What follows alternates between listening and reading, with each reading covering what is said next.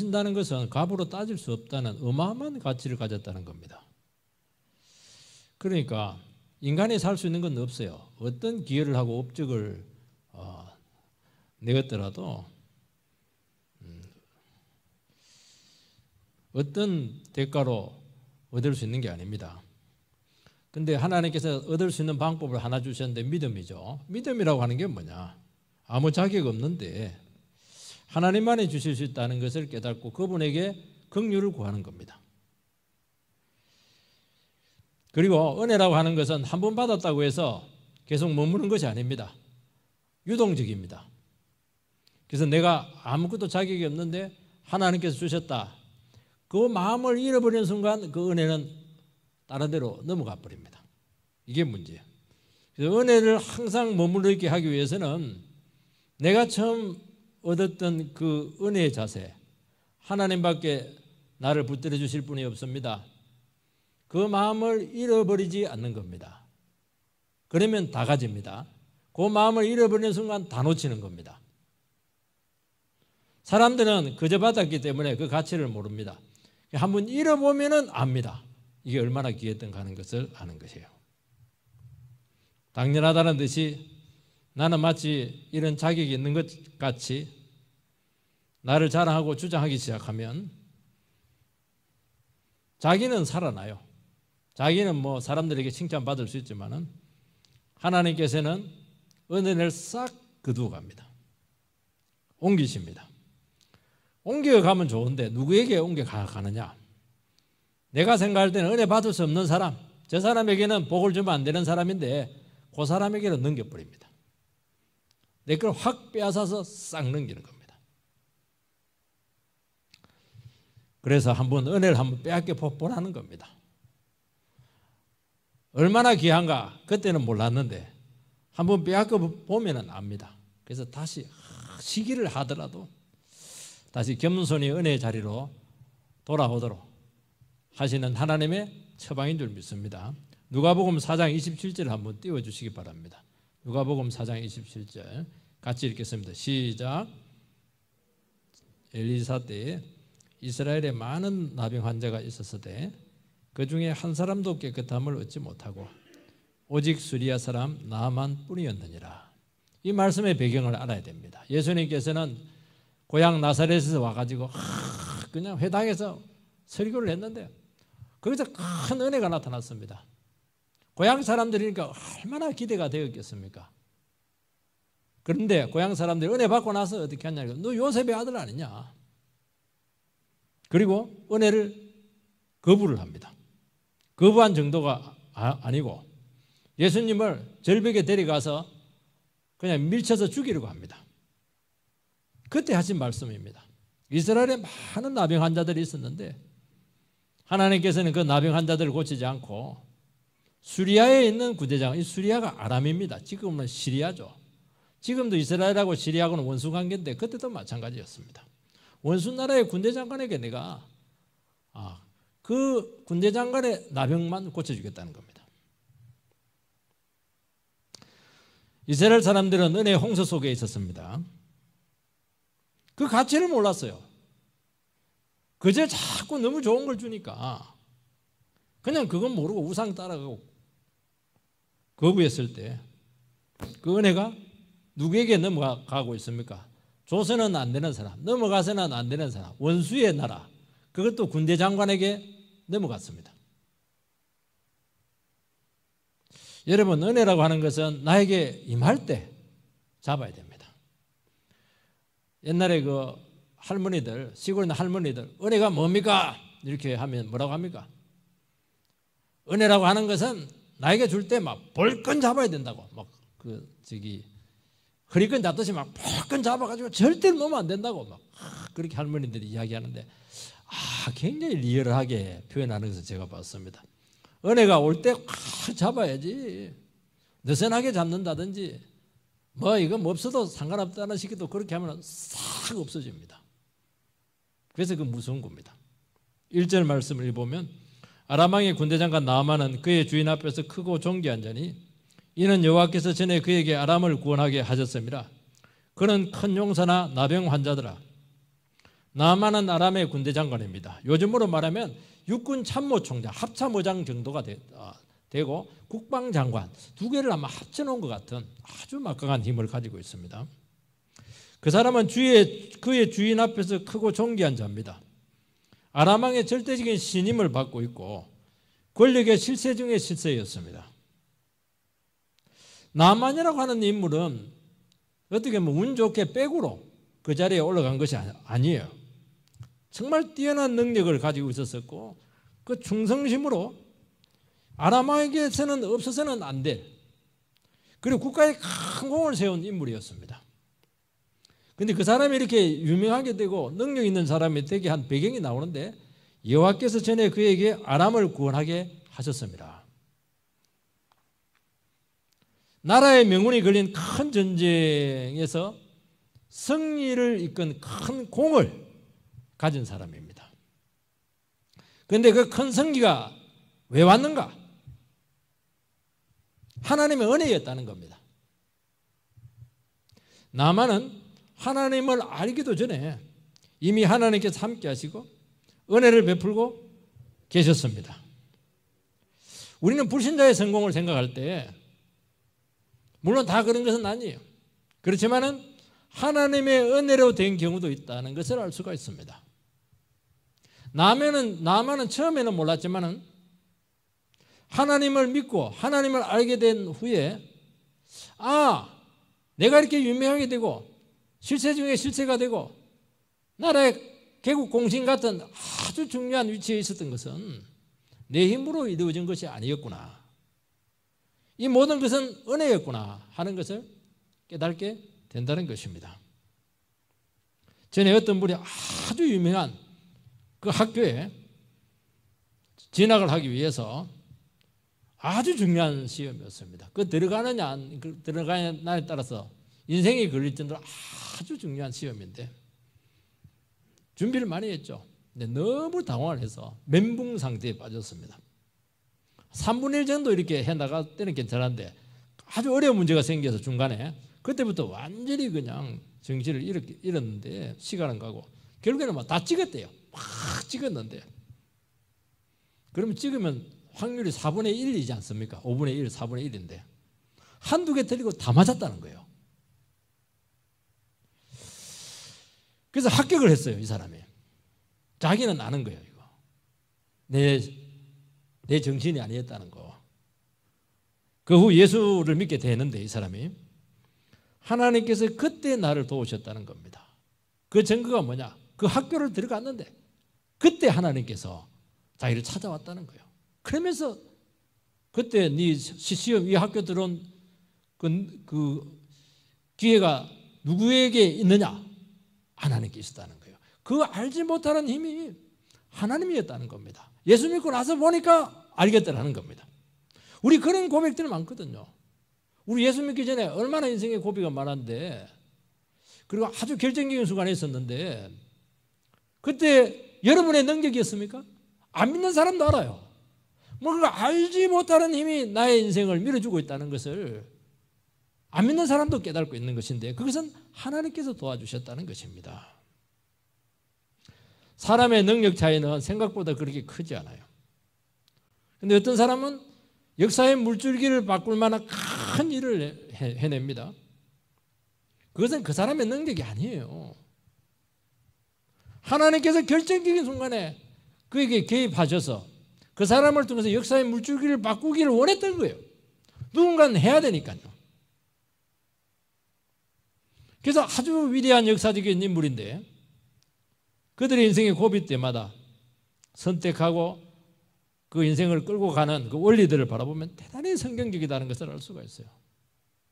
다 그렇잖아요. 우리 이순신 장군 같은 경우에도 그 절제절명의 순간에 백의종군하고 말이죠. 죽으면 살고 살면 죽으리라. 전부 다 성경적인 원리지 않습니까 이게. 예수를 그때 뭐 소개받지도 않았는데 결정적인 고비의 순간에 이 나라를 구하기 위해서 하나님께서 개입해서 큰 역사를 이루었다는 것을 알 수가 있는 거예요. 그걸 바라보면 한 나라의 흥망성쇠, 우리 인생의 흥망성쇠도 인간에게 달려있는 것이 아니구나. 하나님께서 도울 자는 도우시고 세울 자는 세우시고, 그걸 알게 되면은 정말 우리는 하나님 앞에 인생에 대해서 겸손할 수밖에 없다는 것이죠. 하나님께서 나만의 삶에 개입해서 큰 인물이 되게 하신 이유가 나옵니다.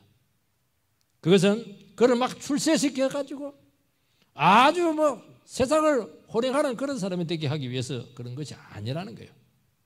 뭐라고 되어 있냐 하니까, 그는 큰 용사이나 나병 환자더라. 그는 큰 용사가 되었어요. 하나님께서 도우셔서. 그런데 치명적인 질병에 걸렸습니다. 이건 빼도 박도 못해요. 싹 다 잃었어요. 하나님께서는 그렇게 하신 이유가 뭡니까? 두 가지죠. 나병을 통해서 하나님의 은혜를 체험하라는 것입니다. 그리고 나만의 은혜 체험하는 것을 통해서 이스라엘 백성들에 대해서 도전을 시키겠다는 겁니다. 개인적으로 막 잘 먹고 잘 사는 게 아니었다는 거예요. 나만의 입장에서도 너도 구원받아야 되고, 적의 나라, 원수의 나라, 군대 장관이 구원받는 것을 통해서 이스라엘 백성들에게 도전하겠다는 것입니다. 그 당시 이스라엘 백성들은 하나님의 백성이에요. 은혜를 독점하고 있습니다. 그런데도 불구하고 감사하지 않고 우상 숭배하고 하나님의 말씀을 멀리해요. 여기 나오는 왕은 아합의 자녀예요. 왕 자체가 믿음이 없어요. 엘리사를 몰라요. 이름은 아는데 엘리사 능력이 얼마나 강력한지 몰라요. 전부 다 백성들이 욕심대로 살고 있습니다. 하나님께서는 좋다. 너희들이 그렇게 은혜에 대해서 내가 아무리 말씀하고 이렇게 해도 너희들이 정말 겸손을 회복하지 않는다면 좋다. 내 그 은혜 너희들에게 주지 않겠다는 겁니다. 원수의 나라, 적장, 군대 장관에게, 그것도 막 어떤 밑에 대위, 소위 그런 사람이 아니고 사령관에게 딱 그냥 은혜를 주심으로써 자기 백성들에게 경고를 던지고 있는 것입니다. 왜요? 거룩한 시기심이 일어나도록 주님께서 하신다는 것입니다. 그때라도 교만을 깨닫고 하나님께로 무릎을 꿇으라는 것이고, 그러니까 이것은 이스라엘에게 있어서는 너무너무 화나는 일이에요. 이것은 이스라엘 세계에 있어서는 있을 수 없는, 상식을 뛰어넘는 하나님의 행위였던 것입니다. 이건 하나님이니까 가능한 겁니다. 인간은 절대 이렇게 못해요. 예수님께서는 이 땅에 오셔가지고 하나님의 아들이신데 세리들을 친구가 되어 주었고, 죄인들과 가까이 했고, 창녀들을 초청해서 식사했습니다. 종교 지도자들은 막 화가 잔뜩 났어요. 아니, 죄인들과 세리들과 어떻게 식사를 함께 하냐. 식사를 함께 한다는 것은 같은 종교를 가졌다는 것이거든요. 그래서 주님을 대적을 했습니다. 아니, 인간 쓰레기들에게 하나님의 은혜에서 철저히 제외된 사람들을 왜 가까이 하느냐. 이것은 이스라엘 사회의 충격적인 사건이 되었습니다. 이것은 하나님의 아들이니까 가능했던 거예요. 누가 이런 파격적인 행동을 할 수가 있겠습니까? 그래서 그들의 신앙, 신념, 가치 판단에 일대 혼동이 일어나게 된 것입니다. 예수님께서 그렇게 하신 이유는 딱 하나밖에 없습니다. 너희들이 그렇게 신앙이 좋고 종교 행위로 만족하고 있고 자기를 붙들고 있고 은혜를 가두어가지고 흘러보내지도 않고 독점하고 있는데 아니라는 거예요.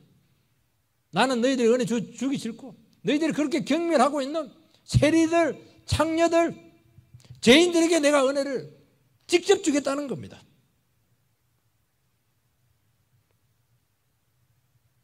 이스라엘 백성들이 교만했을 때 하나님께서는 이 복음을 누구에게도 주었어요? 바울을 일으켜가지고 그냥 이방인들에게 막 다 줘버렸어요. 유대인들이 얼마나 화가 났던지 단체로 암살단을 조직을 해가지고 다시 바울이 가는 것마다 돌 던져서 죽이려고 했던 것을 알 수가 있습니다. 왜 너는 유대인들에게 복음을 전하지 않고 왜 이방인들에게 복음을 전하느냐 하는 것이죠. 하나님께서는 나만에게 하신 것, 예수님께서 죄인들과 이방인들에게 하신 것은 하나님께서 의도를 가지고 하신 하나님의 행위입니다. 하나님은 의도가 많으세요. 하나님은 하겠다면 하는 겁니다. 싫으면 싫은 것이고 좋으면 좋은 것입니다. 하나님은 뭐 무한한 사랑의 하나님이신 줄 아십니까? 아니에요. 화가 나도록 우리를 막 그렇게 하시는 겁니다. 언제요? 내가 은혜 식상해하고 불평해하고 겸손하게 믿음으로 반응하지 않고 그렇게 하면 그래? 너는 뭐 필요 없구나. 좋아. 빼앗아서 다른 사람에게 넘길 수 있다는 것이죠. 그게 화가 나는 거예요. 이거는요, 사촌이 땅 사람보다 훨씬 더 배가 아파요. 이거 교만을 건드리는 것입니다. 은혜를 당연시하는 그 영적인 태도에 대해서 하나님께서 특별한 경고를 지금 하고 있는 것입니다. 여러분, 그래서 하나님 백성들에게 있어서 제일 위험한 게 뭐냐? 은혜에 길들여지는 거예요. 오늘도 또 설교 말이지. 똑같은 설교 말이지. 식상하단 말이지. 한두 번이지 말이지. 그냥. 그러면 어떻게 되느냐? 그래, 그게 맛이 없냐? 원수에게 딱 넘길 수가 있는 겁니다. 의도죠. 의도. 하나님의 의도입니다. 어린 자녀가 얼마나 엄마에게 사랑을 많이 받았습니까? 사랑이나 사랑은 다 받았어요. 근데 말도 안 듣고 버릇은 엄청 나쁘고 청개구리도 그런 청개구리가 없습니다. 그리고 막 반항하고 한마디 하면 열마디 하고. 그러면 어떻게 합니까? 엄마가 의도를 가지고 작전을 짭니다. 그래, 너 인간 안 되겠구나. 좋다. 내 사랑을 옆집 네보다 훨씬 부족한 옆집 네 친구 아이에게 내가 베풀겠다. 애들 막 끌어안고 막 어떤 게 뭐 젖도 먹이고 그래요. 옆집 애를. 그러면 애가 막 그 내 젖인데 하면서 막 애를 막 핥고 그렇게 하는 거예요. 시기심 나도록. 그건 하나님께서 엄마가 의도를 가지고 그 자식을 위해서 그렇게 하시는 것입니다. 그렇게 해서라도 돌아오라는 것이죠. 엄마의 사랑은 빼앗겨 보면 알거든요. 하나님의 사랑은 빼앗겨 보면 아는 겁니다. 그전에는 귀한 줄을 몰라요. 그러면 하나님께서는 어떻게 합니까? 저 사람에게는 안 됩니다. 저 사람이 잘 되면 안 됩니다. 하나님께서 그래? 네 마음대로 저 사람이 안 되면 왜 그 조건이 뭐 있느냐? 그 사람에게 티가 나도록 축복을 해버립니다. 잘 되게 합니다. 내보다 공부를 잘하는 것도 아니고 머리가 좋은 것도 아니고 교회 오래 생활한 것도 아닌데 하나님께 딱 찍어가지고 시기 나도록 축복을 하는 것입니다. 화가 잔뜩 나죠. 그냥 배가 막 너무 아파요. 내가 무시하고 세상적으로 자기 떨어지는데 은혜란 은혜는 다 받습니다. 그러면 내가 너무 화가 나고 배가 아프고 배 아프면 아플수록 미워할수록 나는 더 안 되고 저 사람 더 되는 거예요. 그래서 하나님께서 어떻게 합니까? 거꾸로지라는 겁니다. 항복하고 그만 떨치고 그 사람보다 너는 훨씬 못한 사람이니까 그 사람 밑으로 가라는 거예요. 그러면 회복을 해주겠다는 겁니다. 여러분요, 하나님은 방법이 참 많습니다. 하나님은요, 권세가 엄청납니다. 그래. 사람 많고 많은데 네가 은혜 독점할 수 없다는 거예요. 얼마든지 바꿀 수 있습니다. 촛대를 얼마든지 옮길 수가 있는 거예요. 그게 무서운 겁니다. 9절에서 12절 나아만이 이에 말들과 병거들을 거느리고 이르러 엘리사의 집 문에 서니 엘리사가 사자를 그에게 보내 이르되 너는 가서 요단강에 몸을 7번 씻으라. 내 살이 회복되어 깨끗하리라 하는지라. 나아만이 노하여 물러가며 이르되 내 생각에는 그가 내게로 나와서서 그의 하나님 여호와의 이름을 부르고 그의 손을 그 부위에 흔들어 나병을 고칠까 하였도다. 다메섹강 아바나와 바라바란 이스라엘 모든 강물보다 낫지 아니하냐. 내가 거기서 몸을 씻으면 깨끗하게 되지 아니하랴 하고 몸을 돌려 분노하여 떠나니. 이런 여러 가지 과정을 거쳐가지고 나아만이 엄청난 예물을 가지고 선지자에게 찾아왔습니다. 치료받기 위해서. 참, 그런 게 병이라고 하는 것은 참 사람을 겸손하게 만듭니다. 아니, 시리아의 군대 장관이 뭐가 아쉬워서 저 벽촌에 있는 시골에 있는 그 선지자에게 찾아올 이유가 뭐가 있습니까? 여러분, 그 큰 사람이 왜 와요? 그 큰 사람이 왜 교회 옵니까? 인생에 문제가 있기 때문에 오는 겁니다. 여러분, 문제라고 하는 것은 하나님께로 올 수 있는 길이에요. 문제는 내가 해결할 수가 없으니까 문제가 되는 겁니다. 은혜죠, 그게. 그게 은혜라는 거예요. 그런데 선지자가 문도 열어보지도 않고 종을 보내가지고 요단강에 7번 몸을 담그라. 그 말을 듣고 나서 나만이 막 잔뜩 화가 나가지고 막 돌아갑니다. 아니, 내가 어떤 사람인데, 내가 수리아의 군대 장관인데, 아니 문도 열어보잖아.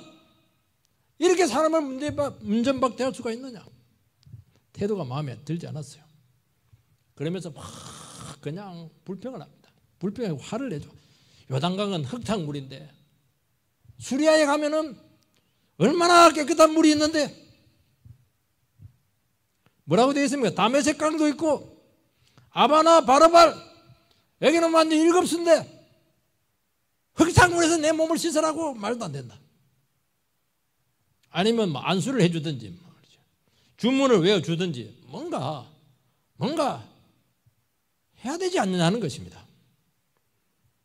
자기가 직접 나온 것도 아니고 종 보내가지고 말이죠. 말만 딱 하고 명령만 하고 막 가라는 거예요. 수술을 했으면 뭐 수술하죠. 의학 치료를 했으면 참고 봤죠. 그래서 선지자가 내린 이 처방은 이해도 안 되고 상식적으로 말도 안 되고 의학적으로 아무리 목욕을 하려고 하면은 깨끗한 물에 해야지요. 이해가 안 되는 거예요. 그리고 그 태도가 마음에 안 들어요. 도덕적으로 이거는 수리아의 대군대 장관에게 해야 될 인간의 도리가 아니에요. 마음에 드는 게 하나도 없어요. 여러분, 종을 통해서 전한 그 명령이 어렵습니까? 너무 단순하잖아요. 구체적이잖아요. 요단강에 가서 7번 몸 담그라. 몸 담그면 되죠. 안 해요. 그러니까 안 해야 될 이유가 너무 많은 겁니다. 상식적으로 이해가 안 되는 거예요. 그동안 자기가 가지고 있던 그 전제들, 생각들 너무 달라요. 내가 중요하게 여기는 것들, 예의가 어떻고 내가 옳다고 붙드는 것들, 나를 치료하려고 하면 뭐 주문이라도 외워야 되지. 하나도 맞는 게 없습니다. 그래서 어떻게 합니까? 하나님의 말씀을 막 가지고 불평을 합니다. 내 생각과 다르다. 이거는 있을 수가 없다. 하나님의 말씀 재단을 합니다. 딱 잘라버려요. 하나님의 말씀에 수긍이 되면은 받고 안 받으면 막 판단하는 겁니다. 그래서 하나님의 말씀 앞에 제일 위험한 게 뭐냐? 하나님의 말씀을 갖고 이러쿵저러쿵 내 마음에 드니 안 드니 이게 제일 위험한 겁니다. 여러분들. 하나님의 말씀은 단순하고 명료합니다.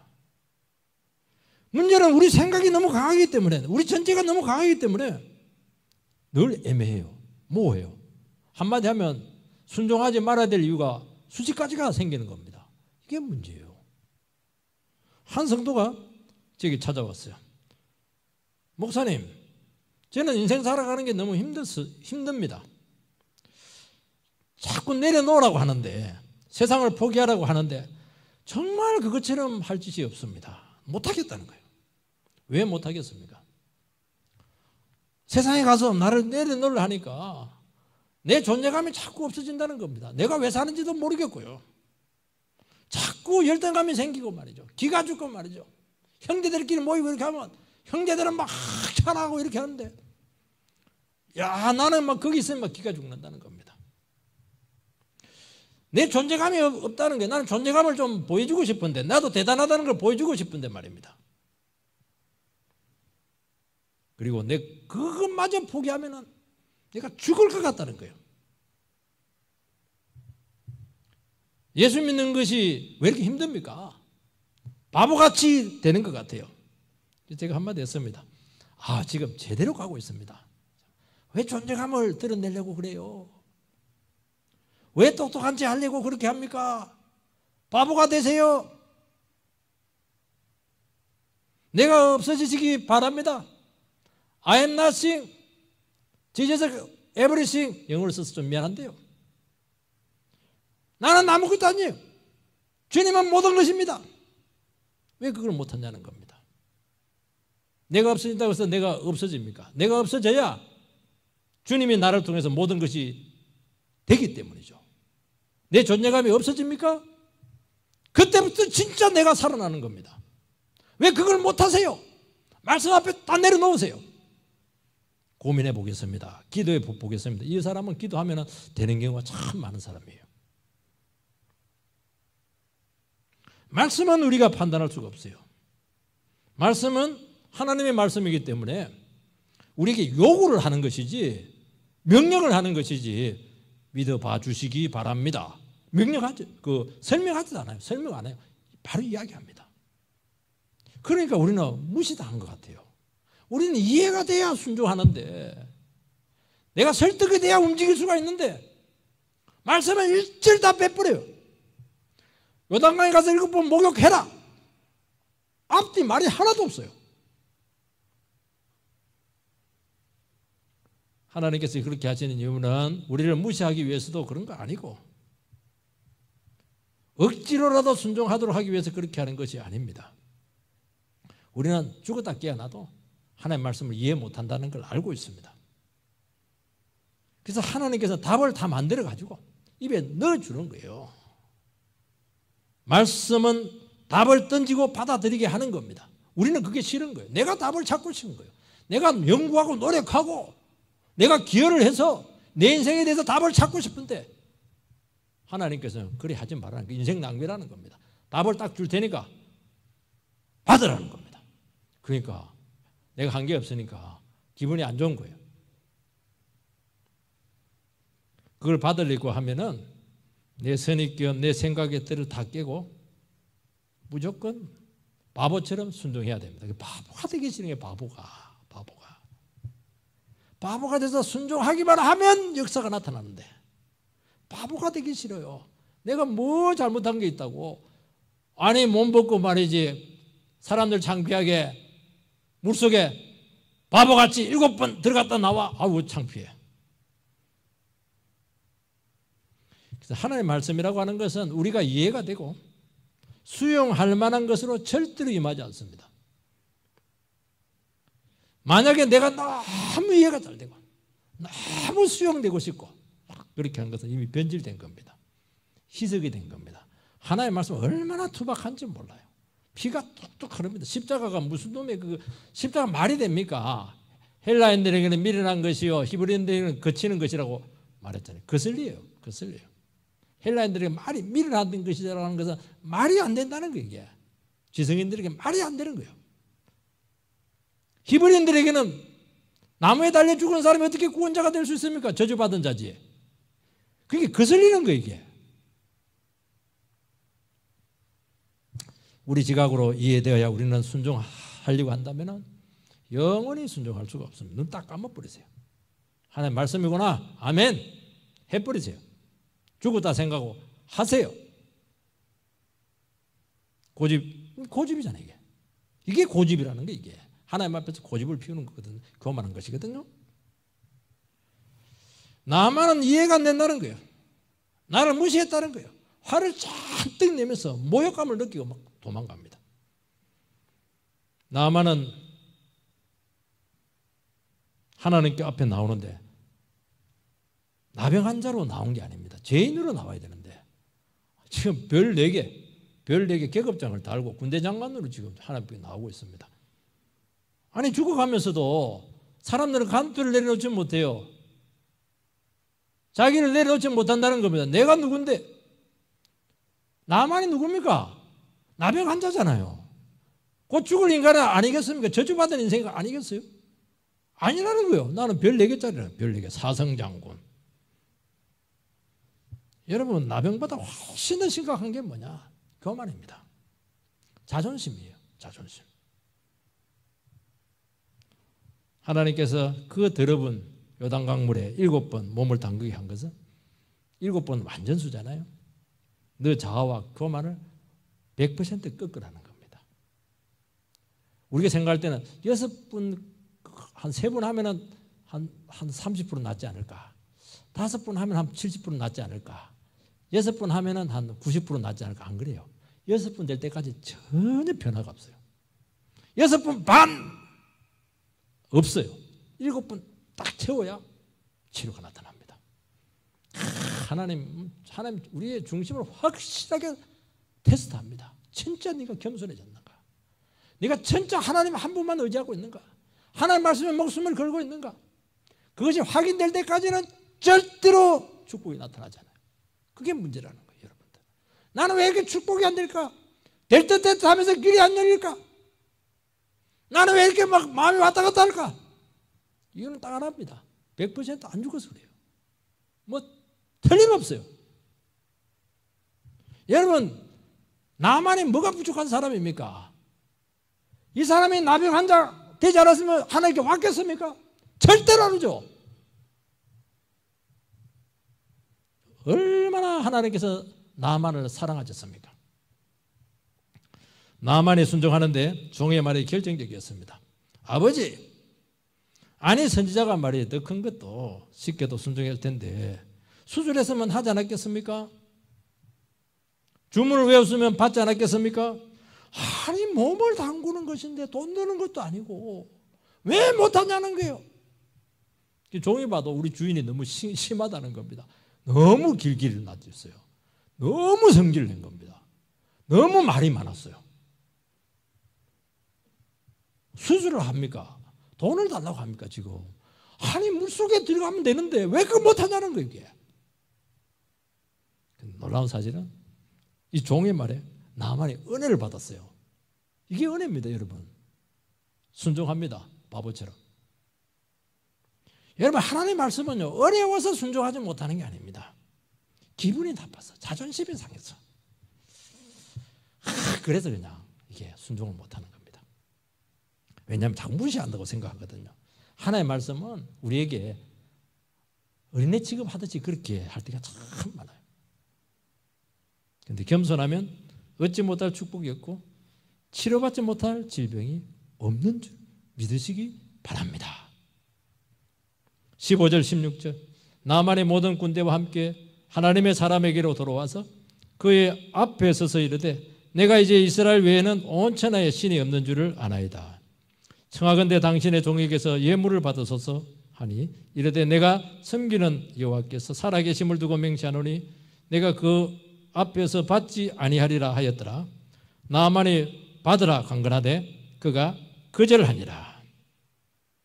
은혜를 체험한 나만은 선지자에게로 돌아와가지고 신앙 고백을 합니다.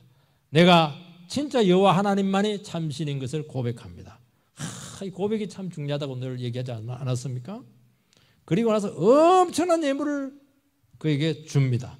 은 10달란트, 금 6,000개. 엘리사 선지자 딱 거절합니다. 엘리사는 하나님의 은혜는 돈으로 살 수 없다 하는 것을 분명히 그에게 이야기합니다. 그 돈 주고 하면 어떻게 합니까? 내 병 나은 거 이거 내가 돈 엄청나게 지불하고 몇 배 지불하고 내가 나았다. 감사 없어요. 그 당시 무당이라든지 마술사들은 반드시 돈을 요구했습니다.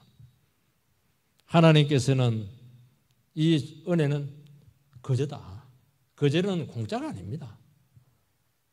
지불할 생각하지 말라는 거예요. 왜 나에게 거래할 생각을 하느냐는 거예요. 무조건 받으라는 겁니다. 여러분, 은혜를 돈으로 바꾸는 순간, 거래 개념으로 바꾸는 순간 확 가져갑니다. 왜냐하면 너무 가치를 떨어뜨리거든요. 내가 봉사를 많이 했기 때문에 봉사랑 은혜를 이렇게 값으로 바꾸는 겁니다. 그럼 싹 가져가요. 이게 무서운 겁니다. 봉사는 봉사고 헌신은 헌신이고 은혜는 은혜예요, 여러분. 분리를 분명히 해야 됩니다. 17절 나만이 이르되 그러면 청하건대 모세 2마리의 실을 흙을 당신의 종에게 주소서. 이제부터는 종이 번제물과 다른 희생제사를 여호와 외에 다른 신에게는 드리지 아니하고 다만 여호와께 드리겠나이다. 나아만은 이스라엘 땅에 있는 흙을 가져가서 수리아에서 제단을 쌓아서 하나님께 예배를 드리겠다고 합니다. 여러분, 은혜 받은 신령들은 예배를 드리고 싶어 하는 마음이 생깁니다. 나아만이 회심했다고 해서 정치적인 변화가 오지 않았어요. 여전히 그런 적의 나라 아람의 군대 장관이고 이스라엘 편이 된다든지 어떤 평화조약을 맺는다든지 그런 거 하나도 없어요. 관계의 변화는 전혀 없습니다. 그런데 나아만은 흙을 파서 예배드리고 싶은 겁니다. 이 신학적으로 맞습니까? 안 맞죠? 하나님, 이스라엘은 땅을 흙을 가져가면 하나님도 그 흙에 그대로 있다는 것인데 지역적인 개념이거든요. 이게 미신적이라는 거예요. 하나님은 온 천하의 하나님이시거든요. 그렇지만은 그 마음이 순수하다는 겁니다. 하나님께 예배드리고 싶어 한다는 것이죠. 엘리사는 군말 없이 허락합니다. 나아만도 그 시대의 아들입니다. 그의 처지에서 그 소박한 계획을 너무 귀하게 보았다는 것입니다. 18절 오직 한 가지 일이 있사오니 여호와께서 당신의 종을 용서하시기를 원하나이다. 곧 내 주인께서 림몬의 신당에 들어가 거기서 경배하며 그가 내 손을 의지하심에 내가 림몬의 신당에서 몸을 굽힐 때 여호와께서 그 일에 대하여 당신의 종을 용서하시기를 원하나이다 하니 하나님이 기뻐하지 않는 우상 섬기는 일을 어쩔 수 없이 할 수밖에 없다고 고백을 하는 것입니다. 원 첫걸이니까 이분이 왕이 몸이 안 좋으니까 림몬 신당 가서 절을 할 때 자기도 부축해서 절을 할 수밖에 없다는 거예요. 직책상 어쩔 수 없이 하나님이 싫어하는 우상 숭배 행위를 하게 된다는 것입니다. 고민이 생겼죠. 갈등이 생긴 겁니다. 여러분, 은혜를 체험한 영혼들의 특징은 생각이 바뀝니다. 생각이 하나님 중심으로 바뀝니다. 하나님이 기뻐하는 것, 기뻐하지 않는 것을 구별하기 시작합니다. 그전에는 내 생각이 중심이죠. 죄를 알게 돼요. 거룩을 배우게 됩니다. 하나님을 인정하는 삶을 살고 싶은 거예요. 나만의 회개가 환경의 변화는 전혀 가져오지 못했습니다. 그런데 한 영혼의 변화는 하나님 나라의 큰 성교죠. 그런데 문제는 뭐냐니까 나만 입장에 봤을 때는 고민이 많아졌어요. 갈등이 많아졌어요. 예수 안 믿었으면 집안 식구들하고 잘 지냈을 텐데 예수 믿는 바람에 어려움이 많이 생긴 겁니다. 주일마다 어려움이 생긴 거예요. 지금 교회 가야 될지 말아야 될지, 믿는 사람하고 결혼해야 될지 불신자랑 결혼할 수 있는지 고민이 많아지게 된 거예요. 이게 갈등이 많아요. 치열한 영적인 싸움이 기다리고 있습니다. 거기에 대해서 선지자가 어떻게 응답하고 있습니까? 아니 신앙도 없이 말이야. 그래서 되겠냐고. 당장 우상 숭배 치우라고. 그렇게 하잖아요. 말을 안 해요. 조언도 안 해요. 신학적으로 예배 신학 이런 거 안 가르칩니다. 그리고 정죄하지도 않습니다. 그거는 나만에게 맡기는 거예요. 그의 처지에 내 영적인 분별력과 신앙 수준에 따라서 네가 신앙 양심을 가지고 네 인생에 대해서 판단해서 결정을 내려서 네 인생은 네가 책임지고 믿음으로 가라는 겁니다. 실패할 수도 있어요. 잘못할 수도 있어요. 맡기는 거예요. 한 가지를 해요. 그 고민과 아픔과 그 슬픔과 갈등에 대해서 깊이 공감하고 받습니다. 그리고 그를 축복해요. 어떻게 해요? 19절 엘리사가 이르되 너는 평안히 가라 하니라. 그가 엘리사를 조금 떠나 조금 가니라. 뭘 합니까? 다른 말 안 해요. 평안을 빌어줍니다. 지금 나만에게 필요한 것은 다른 게 아니에요. 정죄가 아닙니다. 신학이 아니에요. 하나님의 평강이 그에게 너무 필요하다는 것이죠. 죄 많은 세상에서 하나님 섬기면서 그리고 적지에서 아무도 하나님을 믿지 않는 거기서 그 유명한 사람이 하나님께 예배드리면서 사는 게 얼마나 힘들겠어요.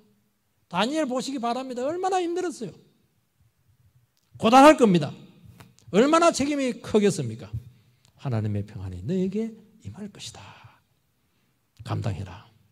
채워주실 것이다. 하나님께서는 힘들게 믿음 생활하고 있는 우리 모두에게 선포할 겁니다. 하나님의 평안이 우리 모두에게 임할지어다. 받으시는 은혜가 되기를 주 이름으로 축원드립니다.